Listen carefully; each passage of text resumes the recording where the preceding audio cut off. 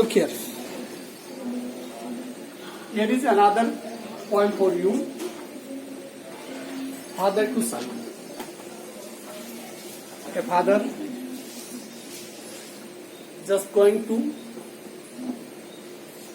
tell a son कि बेटे को कुछ बता रहा है पिता और पुत्र के संबंधों को लेकर. This poem is just a relation between father and son. Yet the poem is so small, but this poem is saying more and more. There is a many deeply meanings of this poem. ये कविता है क्या, इसे समझिए पहले. पूरा English में नहीं जाने दूंगा, सब ऊपर से चला जाता है. थोड़ा अपने इंसानों की तरह बैठते थोड़ा यहाँ पर देखिए ये कविता है क्या. पिता और पुत्र के बीच में जो एक जनरेशन गैप होता है, एक शब्द है जनरेशन गैप. वो जनरेशन गैप है क्या, पीढ़ियों का अंतराल कहते हैं. दो पीढ़ियों के बीच में कभी भी नहीं पड़ती. पड़ती का मतलब ही दो पीढ़ियों के बीच में एक समझदारी कभी भी विकसित नहीं होती है. उनके बीच में एक संघर्ष रहता है. पिता और पुत्र ये दो पीढ़ियों के दो छोर हैं.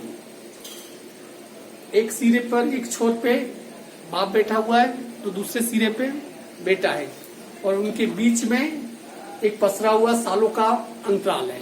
और अंतराल ही क्या होता है, जनरेशन गैप. जिस चीज को पिताजी को जिन बातों को पिता सही मानता है बच्चे को वो गलत लगती है, और बच्चा जिसे सही मानता है वो उसके पिता को क्या करती है, गलत लगती है. पर देखा जाए तो न तो पिता गलत होता है न बच्चा गलत होता है, फिर भी दोनों एक दूसरे को गलत साबित करते हैं. क्योंकि गलत जो होता है वो बीच का जो सालों का अंतर है, वो अंतर क्या करता है, गलत साबित करनी है. वो अंतर ही हमें क्या करता है कि नासमझी पैदा करता है. यहाँ पर एक बेटा जो अपने पिता से दूर रह रहा है, चूंकि इंग्लिश राइटर है. हमारे यहाँ भी जनरेशन गैप की इतनी बड़ी प्रॉब्लम नहीं है, क्योंकि हमारे यहाँ आज भी हम परिवार के साथ रहते हैं. आप इंग्लैंड अमेरिका वहां चले जाइए, वहां पर तो 18 साल का बच्चा हुआ वो अपने हाल में मस्त था, बाप अपने हाल में मस्त था, सब अपने अपने हाल में मस्त था. जिसे कहते हैं ज्वाइंट फैमिली, जो संयुक्त परिवार है, वो सिस्टम सिर्फ भारत में चलता है. हालांकि भारत में भी वो टूटता जा रहा है, बिखरता जा रहा है. अब दादा दादी के साथ रहना, ये रहना, वो बहुत आउट ऑफ डेटेड बात होगी. यहाँ पर in this poem the poet is describing about the generation gap between the father and son. There is a miles and miles distance of generation gap here, because sometimes father cannot understand his son and sometimes his son can't understand father. कभी पिता बेटे को नहीं समझ सकता है तो कभी बेटा पिता को नहीं समझ सकता है. This story, this poem is just about that all. Let's start. I do not understand this child. I do not understand this child. So we have lived together now. क्या कह रहा है कवि, क्या कह रहा है, What is poet saying? इस बच्चे को मैं आज भी नहीं समझता हूँ. इस बच्चे को, उसकी खुद का बच्चा है, वो कह रहा है इसको मैं आज भी समझ नहीं पा रहा हूँ. It's impossible for me to understand my son, even if he is living with his son from years and years ago. सालों से वो अपना किसके साथ रह रहा है, अपने बेटे के साथ रह रहा है. There is many years spend, both of them are living in one house. एक ही घर में रह रहे हैं दोनों बाप बेटे. फिर भी वो क्या कह रहा है, मैं अपने बच्चे को नहीं समझ सकता. तो we have live together now. यद्यपि हम आज भी साथ रहते हैं, फिर भी शायद मैं अपने बेटे को नहीं समझ सकता. And it's impossible to understand other. दूसरों को समझना असंभव है. हम समझने का स्वांग कर सकते हैं, नाटक कर सकते हैं, हाँ मैं उसे समझता हूँ, नहीं, कोई किसी को नहीं समझ सकता है. Because every person in this universe is the original copy, not a photocopy. We all are the original. Original means we all are the different from each other. हम ओरिजिनल है, इसका मतलब ये कि हम बाकी सबसे अलग हैं, और बाकी सबसे अलग हैं तो फिर हम एक दूसरे को नहीं समझ सकते हैं। हाँ, कुछ बेहतर समझ विकसित कर सकते हैं। आप ये कह सकते हो थोड़ा बहुत यार उसके बारे में जानता हूं, या कभी कह रहा है तो we have lived together now. इसकी तरफ इशारा कर रहा है कवि। यदि हम ये समझते हैं कि साथ में रहने से हम किसी को समझ सकते हैं, तो ये बाप अपने बेटे को समझ सकता था, पर वो नहीं समझ रहा है। कवि इंडिकेटिंग, इशारा कर रहा है, to live together is not a completely a perfect term. किसी के साथ रहने का मतलब ये नहीं कि पूरी तरीके से उसे क्या कर लो, आप उसे समझ जाओ। इन the same house 4 years I no. इस एक ही मकान में, जिसे कि हम जानते हैं, जो हमारा अपना मकान है, उस मकान में हम क्या कर रहे हैं, सालों से साथ में रह रहे हैं। Nothing of him so try to build up a relation from how he was very small. क्या कह रहा है ये, in the same house 4 years I know, nothing of him so try to build up a relation from now he was very small. Here just what I want to say, that he want to make a build a new relation with his son. Which type of relation? When he was very small. जब बहुत छोटा था, मेरे बच्चा छोटा था, और छोटा बच्चा भगवान का रूप होता है। कवि यहाँ पर कह रहा है कि मैं अपने बेटे के साथ फिर से इसी मकान में मैं वो रिश्ता बनाना चाहता हूँ जो कि सालों पहले जब वो बच्चा मेरा छोटा था उसके साथ जो मेरा रिलेशन था, रिश्ता था, मैं वैसा रिश्ता बनाना चाहता हूँ। अब देखिए यहाँ पर बहुत फर्क है, इस चीज को समझना। पहले हिंदी में बोल लेता हूँ, फिर इंग्लिश में बकबक कर लेता हूँ, ताकि दोनों चीजें समझ में आ जाएगी। अब यदि पिता ये समझ रहा है कि मैं वही रिश्ता चाहता हूँ जो बचपन में मेरे बेटे के साथ था, और एक बाप का बचपन में बेटे के साथ रिश्ता कौन सा होता है, मालिक गुलाम वाला होता नहीं होता। यदि थोड़ा डीपली जाओ, सबके पिता एक प्रकार से क्या है, मालिक ही तो है, और बच्चे क्या है, गुलाम। मानते हो इस बात को, कहीं कि मन में तो रियलाइज करते होंगे ना। पिताजी कहेंगे घर के बाहर नहीं जाना है, नहीं जा सकते। पिताजी कहेंगे टीवी नहीं देखती है, सो जा, सोना पड़ेगा। पिताजी कहेंगे ऐसे कपड़े मत पहन, आपको नहीं पहनने देते। ये क्या है, इसका मतलब यही है कि पिताजी की बात चाहते हैं और आपको उनकी बात माननी पड़ती है। और पिता यहाँ पर कह रहा है कि तुम वैसे हो जाओ जैसे बचपन में थे। मतलब पिता के मन में कहीं की गहरी सोचिए कि मैं आज भी मालिक बना रहा हूँ, तो बच्चा जैसे ही बड़ा हो जाता है वो अपना मालिक खुद हो जाता है, उसका मालिक कोई नहीं होता है। पिता को शायद वही चीज वो हो रही है। हर व्यक्ति अपनी बादशाह चाहता है, अपनी मालिकियत चाहता है। यहाँ पर कवि यही कह रहा है कि मेरा रिश्ता मेरे बच्चे के साथ वैसा ही हो जाए जैसा कि बचपन में था, पर हो ही नहीं सकता ऐसा, क्योंकि एक वक्त आता है जब कोई भी व्यक्ति किसी की गुलामी को लात मार के कभी कभी मुक्त होता है, वो बच्चा मुक्त हो गया है। बच्चे जैसे बड़े हो जाते हैं।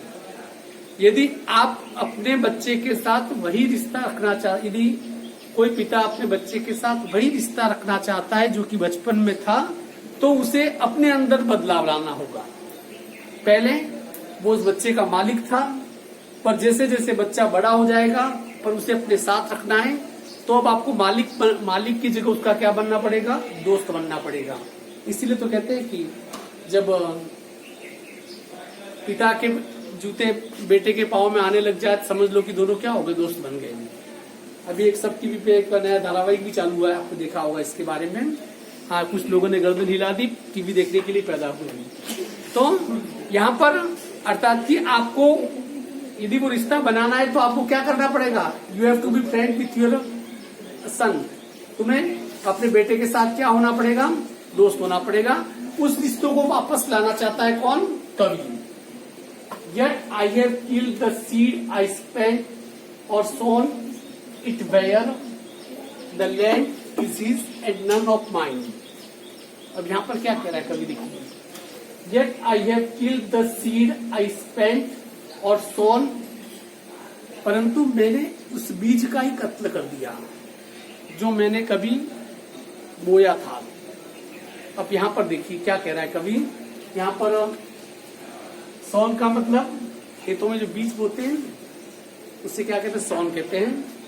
येट आई हैव किल्ड, किसको मारने की बात कर रहा है poet. The seed I spent or sown it, seed का मतलब बीज, अर्थात कि जिस बीज को मैंने खुद खेत में बोया था उसे मैंने ही अपने हाथों से क्या कर दिया, मार दिया। What is the seed? Every son is just seed for his father, because father is a just a creator. पिता क्या होता है, एक क्रिएटर है, वो बनाने वाला है, वो सृजन करने वाला है, ठीक है। The seed I spent or sown it where the land is his and none of mind. Land is his अर्थात कि बीज तो मेरा था पर मैंने उसकी जमीन में बो दिया था। उसकी जमीन किसकी बात कर रहा है, बेटे की, अर्थात कि बेटे की अब अपनी सेल्फ फ्रीडम है, अब उसके पंख निकल आए, अब वो क्या करना चाहता है, उड़ना चाहता है। आपने चील को देखा होगा, बाज बहुत बड़ा पक्षी होता है, सभी पक्षियों का राजा होता है। आपको पता है कि चिड़िया के बच्चे बाज नहीं बनते, ये कहावत आपने सुनी होगी, बन भी नहीं सकते हैं क्योंकि चिड़िया तो आसपास उड़ती है और जो बाज होता है वो बादलों के परे जाके उड़ता है। जिस ऊंचाई तक हवाई जहाज नहीं पहुंच पाए उस ऊंचाई पे बाज उड़ान भर लेता है। आखिर इतनी ताकत बाज के पंखों में आती कहां से? आपको शायद पता नहीं होगा कि जब चील से कोई बच्चा पैदा होता है, चूजा निकलता है जब अंडे से, जैसे बाहर निकलता है और उसकी ट्रेनिंग उसी समय से शुरू हो जाती है। जो चील होती है उस बच्चे को जो अभी अभी अंडे से निकला है उसे क्या करती है, उसे अपने पंजों में पकड़ती है और 12 किलोमीटर की ऊंचाई पे ले जाती है। कितनी ऊंचाई पर? 12 किलोमीटर, वो ऊंचाई जहां हवाई जहाज उड़ा करते हैं, और वहां जाके उस बच्चे को क्या करती है, चील छोड़ देती है और बच्चा गिरने शुरू हो जाता है। बच्चे में कॉन्शियस माइंड होता है, उसे पता है कि मैं गिर रहा हूं, पर उसे ये भी पता है कि मेरे पंख अभी फड़फड़ाने के लायक नहीं है। वो डर जाता है और ऐसे 6 किलोमीटर का सफर वो बच्चा तय कर लेता है डर के मारे। पर धीरे धीरे जैसे हवा का वेग बढ़ता रहता है तो उसकी जो शरीर पंखों में जो चिपकने वाला जो पदार्थ होता है जो अंडे से निकलता है वो धीरे धीरे हटने लगता है। उसके पंख क्या होते हैं, धीरे धीरे खुलने लगते हैं। थोड़ी वो हिम्मत करता है क्योंकि उसे लगता है कि मौत बिल्कुल पास है, और वो अपने पंखों को हवा में लहराना शुरू करता है, जिसके पंख सैप बनना शुरू हो जाते हैं। और धीरे धीरे उसे देख रहा होता है कि धरती से मात्र 1 किलोमीटर की दूरी पर है। उसे पता है कि जैसे धरती से गिरूंगा तो मेरी जान निकल जाएगी। वो पूरी कोशिश करता है उस हवा के खिलाफ जाके अपने पंखों को फड़फड़ाने की। तो पंख बहुत छोटे होते हैं, ताकत नहीं होती पंखों में। और फिर क्या होता है, जब जमीन से मात्र 250 से 300 मीटर की ऊंचाई पर जो बच्चा होता है तब वो चील होती है, अपने उस बच्चे को वापस क्या करती है, वो उसके ऊपर उठती है, उसके साथ पीछे आ रही होती है। उसी समय क्या करती है, उस बच्चे को वापस अपने पंजों में जकड़ लेती है और उसकी ट्रेनिंग शुरू हो जाती है। और हर दिन चील वही करती है। अब ऐसा बच्चा जो इतनी मुश्किल ट्रेनिंग लेगा वो तो बाजी बनेगा ना। तो यहाँ पर भी जो कवि कह रहा है कि I was just a creator. क्या था, मैं क्रिएटर था, मैंने बीज बोया था, पर मैं भूल गया था कि जमीन उसकी थी। जमीन मतलब किसकी थी, मेरे अपने बेटे की थी। उसका अपना एक अलग अस्तित्व था, एंड नन ऑफ माइंड, और उसमें मेरा कुछ भी नहीं था। We speak like strangers. What is father saying here? They speak like a stranger. अजनबियों की तरह बाप बेटे हम बात करते हैं। देखा जाए तो अजनबी क्यों है? Because we are unknown for everyone, for each other. हम एक दूसरे को कहाँ जानते हैं? मतलब ये कि कुछ साल तक साथ में रहेंगे, इसका मतलब ये तो नहीं कि हम एक दूसरे को जानते नहीं, कुछ भी नहीं जानते। हम एक दूसरे से के प्रति कंप्लीटली जीरो है। बता दो, हर व्यक्तित्व के बीच में एक, इसे कहते हैं अजनबियत का एक पर्दा पड़ा हुआ है, एक बेगानेपन का पर्दा पड़ा हुआ है, और हजार पर्दे हमने अपने सामने रख छोड़े। उसके पार कोई है, वो पर्दे कभी हटते नहीं है, और उस पार जो है वो दिखता नहीं है। इस पे आगे कौन है हम ये समझ ही नहीं पाते। We all are stranger for in this universe. We don't know what we are, then how can we understand that what is the other. जब हमें यही पता नहीं कि हम कौन है तो हमें ये कैसे पता कि दूसरा क्या है? इसलिए यहाँ पर कवि कह रहे हैं वी स्पीक लाइक स्ट्रेंजर्स। हम किसकी तरह होते हैं? हम अजनबियों की तरह होते हैं। बातें करते हैं, there is no sign of understanding in our, और there is no sign of understanding when we talk, when the father and son talks, there is no sign of understanding. उनके बीच में कुछ समझ का संकेत भी नहीं है, अर्थात कि जब वो बात करते तो ये लगता ही नहीं है कि एक दूसरे से बात कर रहे हैं, या उन्हें ये नहीं लगता है कि पिता पुत्र से और पुत्र पिता से बात कर रहा है, क्योंकि both of two are stranger for themselves. वो दोनों क्या है, एक दूसरे के प्रति क्या है, बिल्कुल ही अजनबी है, और अजनबी लोग बात करेंगे तो उनके बीच में कभी समझ विकसित नहीं होती है। सबसे पहले, if you want to understand other, this is your first and primary duty to know your self. जब तक आप अपने आप को नहीं जानोगे, आप दूसरे को जानने का दावा कर ही नहीं सकते हो, और यदि वो दावा आप करते भी हो तो अंदर से बेहद ही वो खोखला दावा होगा, आप नहीं समझ सकते हो, चाहे किसी के कितने भी बड़े घनिष्ठ फ्रेंड क्यों नहीं हो, आपके बीच में कितना भी रिश्ता क्यों नहीं हो। इसके लिए सबसे पहले जरूरी है कि टू नो योर सेल्फ, अपने आप को जान लो। जिस दिन आप एक खाली दर्पण की तरह हो गए तो दुनिया का प्रतिबिंब आपके अंदर, दुनिया आपके अंदर उसका प्रतिबिंब देख लेगी। तब आपको बताने की जरूरत है कि व्हाट आई एम, तब आपको समझने की जरूरत है कि व्हाट द अदर इज। दूसरा क्या, ये भी समझने की जरूरत नहीं पड़ेगी, this child is built to my design, yet what he loves I cannot share। देखिए, ये जो बच्चा है, जो मेरी डिजाइन था, मेरी कृति था, देखिए, every son is the reflection of his father. हर बेटा अपने पिता की परछाई होता है, हर बेटी अपनी माँ की परछाई होती है, हर बेटी अपनी माँ का अक्स लेके पैदा होती है, और हर बेटा अपने बाप का अक्स लेके पैदा होता है।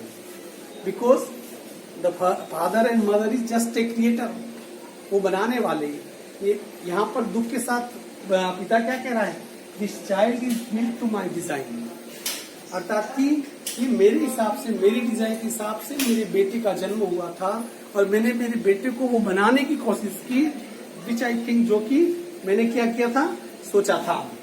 Yet what he loves I can not share, परंतु उसे क्या पसंद है, वो क्या चाहता है, वह किससे प्रेम करता है, या उसकी पसंदीदा क्या चीजें, न तो वो मुझसे शेयर कर सकता है, न मैं उससे क्या कर सकता हूँ, शेयर कर सकता हूँ। सिर्फ इस पैसेज में ये है कि there is a big distance between father and सन।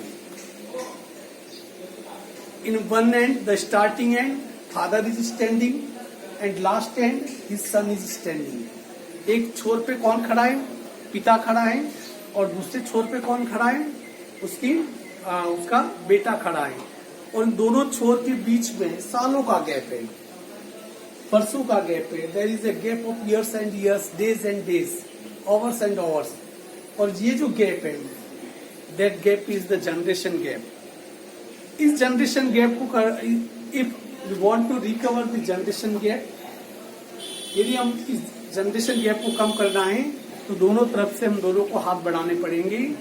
जब बच्चा नहीं रहता है तो बच्चा दोस्त बन जाता है, और जब दोस्त बनने की उम्र में भी तब हम उसे बच्चा ही समझते हैं, तो फिर वो गैप धीरे धीरे क्या होता रहेगा, बढ़ता ही रहेगा। क्लियर? ये 2 स्टांजा हो गए, इसे घर जाके वापस पढ़ लेना, और कोशिश करना कि इसको लाइन टू लाइन पढ़ के दीवार के सामने मुंह करके अंग्रेजी में आंसर कुछ भी आए बोलना, अंग्रेजी बोलना सीख जाओगे। ठीक है ना?